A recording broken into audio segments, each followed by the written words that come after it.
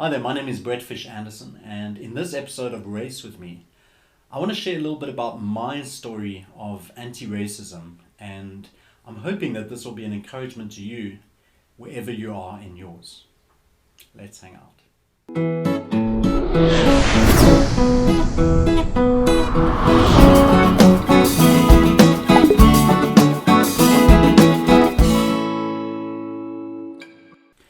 So, without going into a really long story, about 10 years ago, my wife Val and I lived in America for 3 years. And it was during that time that the Black Lives Matter movement started, on the backs of deaths of names that you might know, like Trayvon Martin and Eric Garner, and a whole bunch of other names that started to become household names. And typically, black men or black people, people of color, were being killed most of the time by white people and often by police. And I think for Val and myself, it was super helpful to be able to be viewing that situation as an outsider. But when we came back to South Africa, the commitment that I realized that I needed to make was to get involved in the work back home. Like, I need to be involved in issues of justice, specifically with regards to race, which has such a messed up, or which is such a messed up part of our history in South Africa. I can't not be actively involved in those conversations and actions. So that was the commitment I made when I came back. And I started with this question, but what can I do? And a lot of the time, I simply Googled. The resources are out there. And one of the things that I decided I could do was started out as a series on blogs, and now it's this video series. I'm going to make a series of 50 ideas of things that I've seen or learnt or heard about that will hopefully help answer that question. But what can I do as a white person when it comes to race in South Africa? And so this is literally just me trying to share some ideas of things that I've learnt and seen along the way, and many things that I'm still trying to get right even today. And one of the things that I came up with quite early was this hashtag not on our watch. And the hour is important. It's not on my watch, because this journey has to take place in community. It can't just be me. And so, for example, my wife Valerie and I, we read books, we share articles with each other, maybe podcasts. We have a lot of conversations about this stuff. We look at how it affects our time and our money and our skills and our work and the places we hang out. And we do that in conversation. We do that with our friends. We do that with our church communities. This is not a journey to try and be doing by yourself. It's too exhausting. Not on our watch. For me, that hashtag is a daily commitment that I make to interrupt racism. And I think I've spoken about it before, but I'm not going to let racism pass unchallenged, uninterrupted. And the least of that might be saying that is not okay.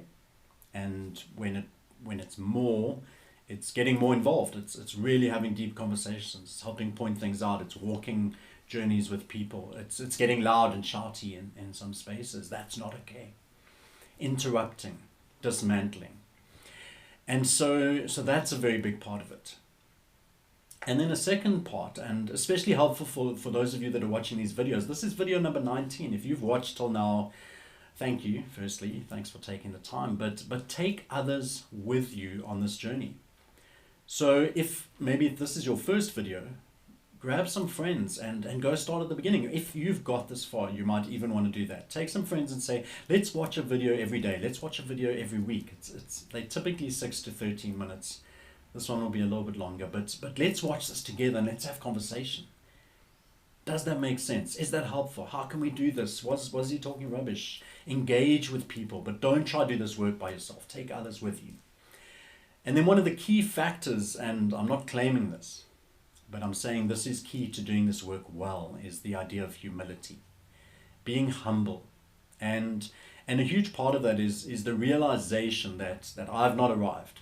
Why am I making these videos? Not because I'm a professional, not because I'm an expert, not because I've got it all sorted out. I'm on a journey, I'm learning. The journey of anti-racism is very likely going to take me the rest of my life. And if you think about it, I grew up in a country where there was a system of racism where we majored in racism, we legalized it, we were very expert at being racist. And so the idea that I can escape all of that completely before I die is hopeful, but probably unlikely. And so I'm on a journey of anti-racism in my own life, and then in the lives of those around me, and particularly in terms, we've spoken about systems and structures, places that encourage racism, places that uphold racism for the rest of my life. And so you have to be humble in that space. You can't, one of the hardest things I think is people that are just joining the journey. For you as a person that's been in the journey for 2 years or 5 years or 20 years or whatever, to get all angry with them and to get all judgy and look at me, and it really is about trying to be humble, about trying to invite others along, but there is that sense of urgency. And so sometimes these ideas will seem to conflict with each other, they'll seem to be held in tension, but you can be humble and still get loud, I think, and still get angry about some issues or whatever. But humility is really key, and this awareness that this is a lifelong journey. And then maybe the bottom line is just something that was a Christmas present that my sister-in-law Shana gave to me a couple of years ago, that just sums it all up. And maybe sometimes this is it. Don't be a dick. And I know that language is a bit strong for some of you, and maybe they said it more eloquently when they said, first do no harm. But I think a lot of the time, like, that's just it, both online and in real life, as we do this journey of anti-racism. First do no harm. And so I have that in my man cave in my office to remind me firstly, to not be a dick. And then that we're involved in the work of trying to help others to do the same. And so let me finish by saying, like, in view of this idea of humility, in view of this idea that this is a journey of anti-racism that you're going to be doing for the rest of your life, in terms of interrogating thoughts and words and behaviors and bias and prejudice and my entitlement, my feelings of superiority, my feelings of white saviorism, that I can swoop in and put everything right, that I can fix things, all of those things we constantly work on, we're constantly trying to get past. And so these are some of the things that will help that. So for white people, we need to listen. We need to be learning. We need to not give up. We need to not give up. People of color cannot step away from racism being perpetuated in their direction. And so we can't get too tired. We can't, like, rest from this stuff for a week or 2 weeks or whatever. We can figure out self-care on the job, but don't give up. Persevere. Keep at it.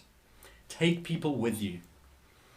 And then just practically, if you're finding these videos helpful, share them with people. Invite people to do this journey with you.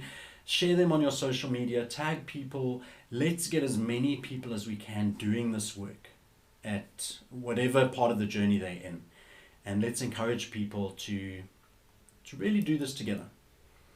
Thanks for hanging out with me, and there are going to be 31 more of these. So let's go for it. There's work to be done.